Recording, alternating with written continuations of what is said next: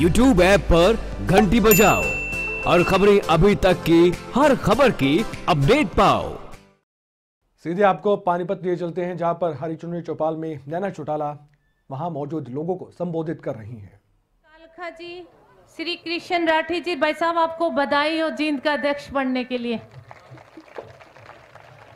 दयानंद उड़लाना जी, मनोज जोरासी जी, जयदेव नोलथा जी, Shri Tilak coach जी, श्रीमती कृष्णा देवी सरपंच जी, अशोक सरपंच जी, राजकुमार रिढाऊ जी, चंद्रहंस मलिक जी, जगरूप सरपंच जी, गुरचरण सिंह जी, श्रीमती सरिता मोर जी, अजय सिंह बिंजोला जी, सुरेश भट्टी जी, और जिन मेरी दो बहनों ने गाना गाया, एक तो उषा जी और एक कमला जी, मैं आप सबका बहुत बहुत धन्यवाद करूंगी। और मंच पर जितनी भी विराजमान महिला नेत्री बैठी हैं, जितनी भी हमारे वरिष्ठ पार्टी की कार्यकर्ता, मेरी महिला सहेलियां बैठी हैं, मैं सबका यहाँ पहुंचने पे बहुत बहुत धन्यवाद करूंगी।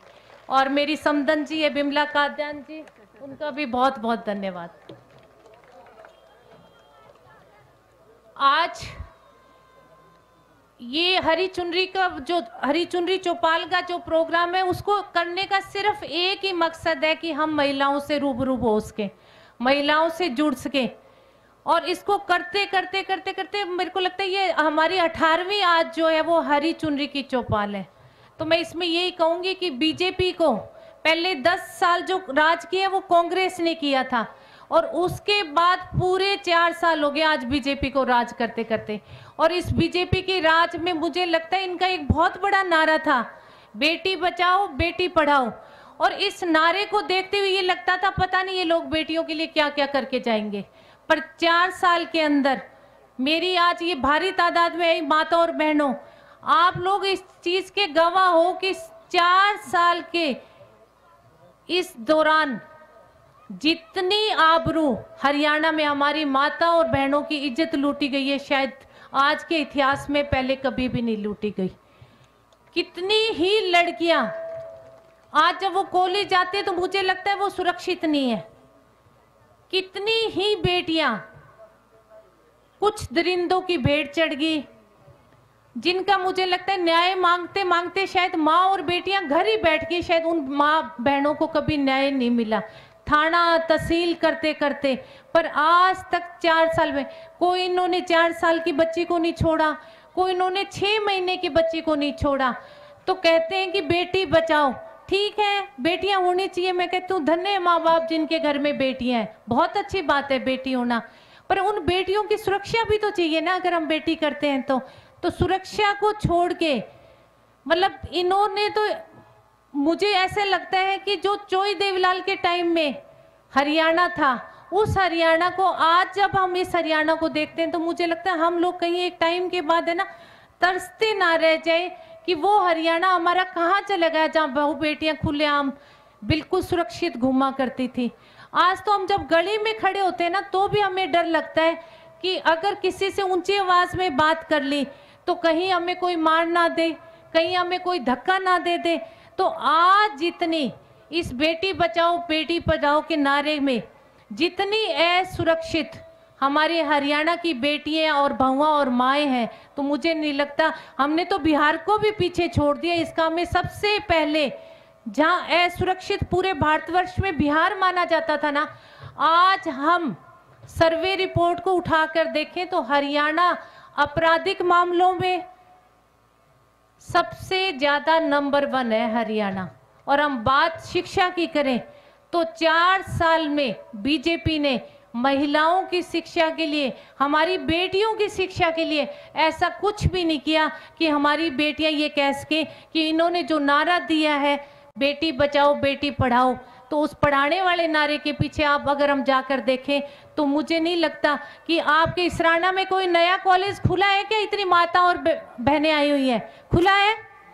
कहीं भी इन्होंने बेटियों के लिए कोई अच्छे नर्सिंग कॉलेज नहीं खोले, कहीं कोई लघु उद्योग के लिए कोई माता और बहनों के लिए कोई छोटे कारखाने नहीं लगाए, कहीं कोई महिला कॉलेज और महाविद्यालय और स्कूल नहीं खोले जहां हमारी बेटियां सुरक्षित पढ़ सके, जहां उनकी कोई सुरक्षा की गारंटी हो गेट पर कि यहाँ से पढ़ने वाले बच्चे हमारे सुरक्षित हैं। और बात हम रोजगार की करें तो महिलाओं के लिए जो ये एक पेंशन दादाजी ने लगाई थी ना, जो 100 रुपए पेंशन लगाई थी, वो पेंशन भी इन्होंने आधार कार्ड के साथ माता और बहनों के साथ इतना बड़ा खिलवाड़ कर दिया कि उस पेंशन के लिए 2-2 महीने माता और बहनें, हमारे बुजुर्ग पिता धक्के खाते हुए घूम रहे। कोई कहता आधार कार्ड नहीं है, कोई कहता आपके पास राशन कार्ड नहीं है।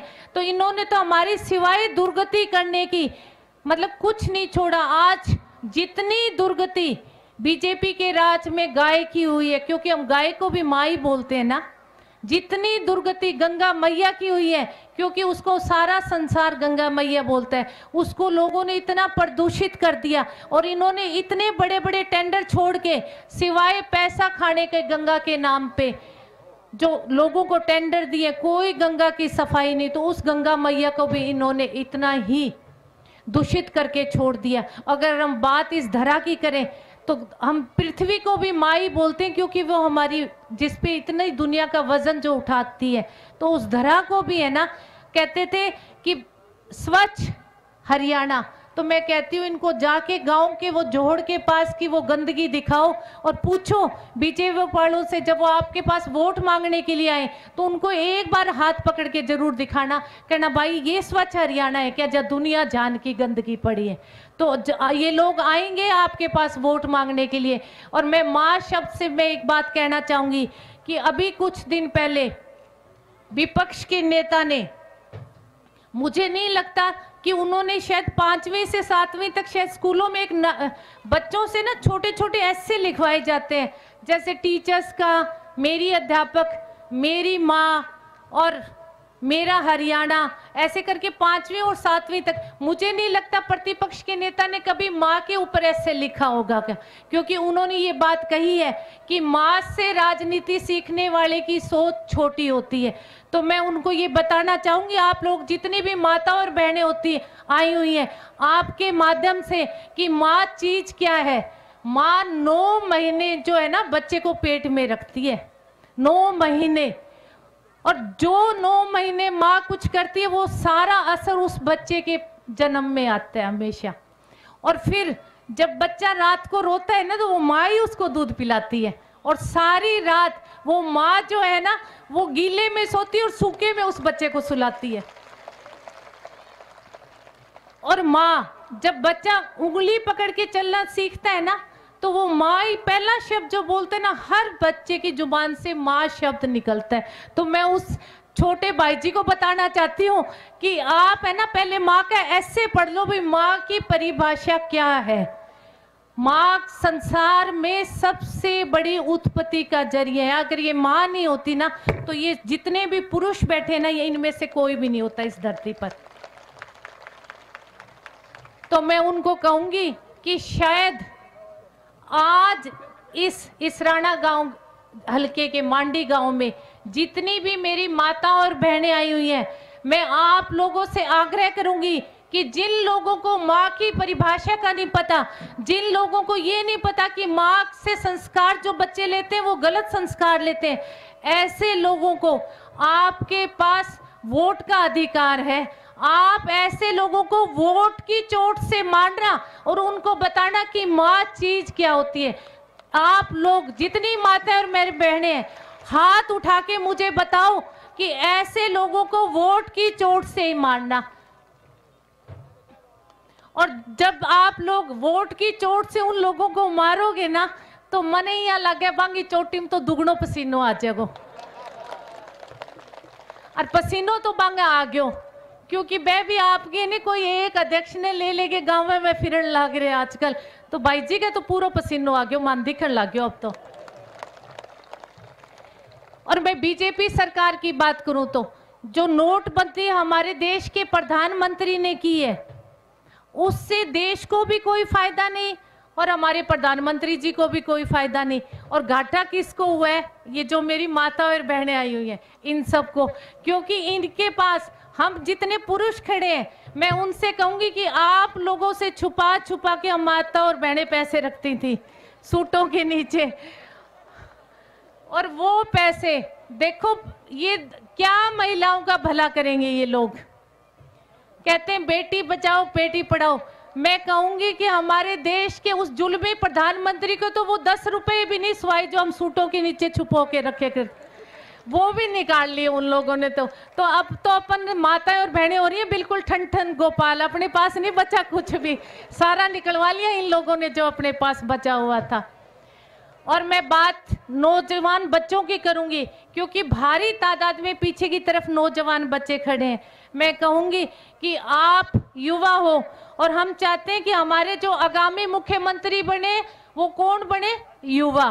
तो जहां दुष्यंत वहां हम, जहां दुष्यंत तो आप ये संकल्प करके जाओ कि जन नायक जनता पार्टी के हम लोगों ने ज्यादा उत्साहित नहीं होना। कहते हैं ना, ज्यादा उत्साहित होके आदमी खराब होता है। हम लोगों ने उत्साहित नहीं होना, हम लोगों ने मेहनत करनी है।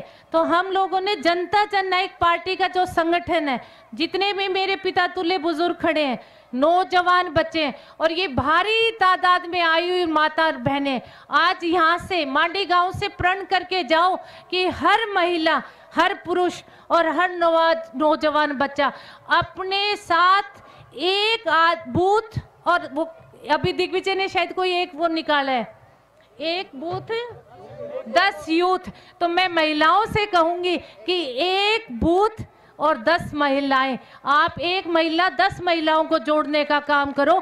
तभी अब अपन वो रामायण वाला राम सेतु बनाने का काम कर पाएंगे। और जिस दिन हमारा राम सेतु बन गया, उस राम सेतु से सारे हमारे विधायक चंडीगढ़ पहुंचेंगे और हम लोग हमारा युवा मुख्यमंत्री बना के, और आप लोगों को टाइम लेने की जरूरत नहीं पड़ेगी। ऐसे से हम आप लोगों को विधायक देंगे जिनसे आप बिल्कुल आधी रात को मिल सकोगे। ऐसा मुख्यमंत्री आपको मिलेगा जिससे ये पूछना नहीं पड़ेगा कि आज भाई जी का मूड ठीक है, कौन ही मिल सका कौन निभाऊं।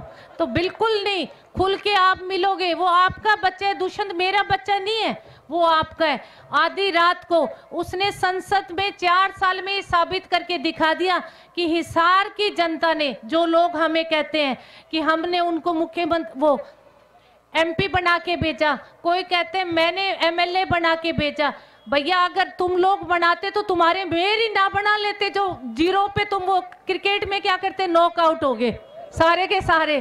तो ये तो बिल्कुल डकआउट वाली बात होगी कि तुम्हारा एक मेयर जीत के नहीं पहुंचा। तो तुम लोग, ये तो जनता जनार्दन का फैसला होता है। जनता जिसको चाहती है वो उसको शिखर पे चढ़ा देती है, और जनता अगर ना चाहे किसी को तो उसको धरातल पे लाने का काम भी जनता करती है।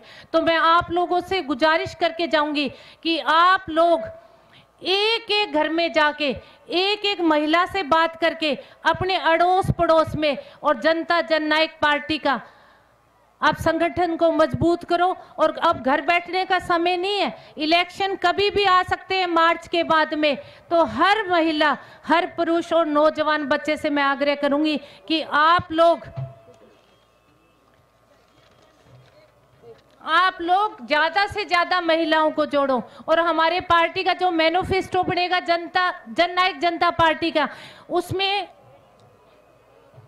हमारे हरियाणा में जितने भी कारखाने लगाएंगे सरकार आने पर, उन कारखानों में अगर हम 100 आदमी लेंगे तो 75 आदमी उन कारखानों में हरियाणा के लगेंगे।